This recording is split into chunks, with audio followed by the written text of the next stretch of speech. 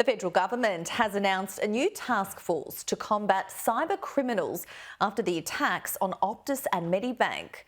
The Australian Federal Police will aim to target and disrupt the hackers.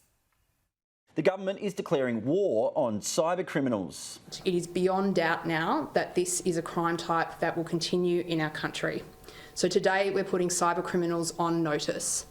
The Joint Standing Operation will not simply be responding to crimes as they affect Australians. They will be hunting these gangs around the world and disrupting the activities of these people. The smartest and toughest people in our country are going to hack the hackers.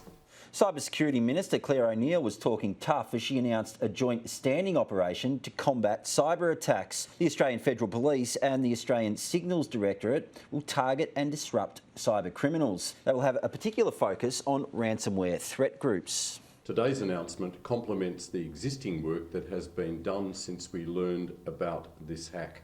It formalises and intensifies cooperation between two key agencies, the Australian Federal Police and the Australian Signals Directorate, and sends a message to cyber criminals who would seek to do Australians harm that there are two very powerful bodies who will be working together to do all that they can to stop you. Almost 10 million Australians have been affected by the cyber attack on Medibank Private. Hackers have been demanding ransoms and releasing personal patient information.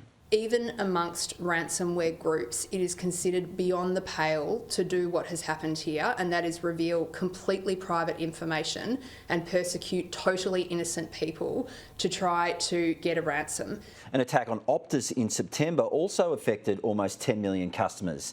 Businesses have been warned they need to strengthen their security systems. Look, there's three practical things businesses can do now. The first is every business needs to understand the cyber risks that they have, and that might be from the software they're using, the data they're holding, the devices they have with their workers. The second thing we need to do is people should know who in their business is responsible for cyber, and they should make sure that you have a plan to manage any incidents. And the third thing that really helps is to train your staff.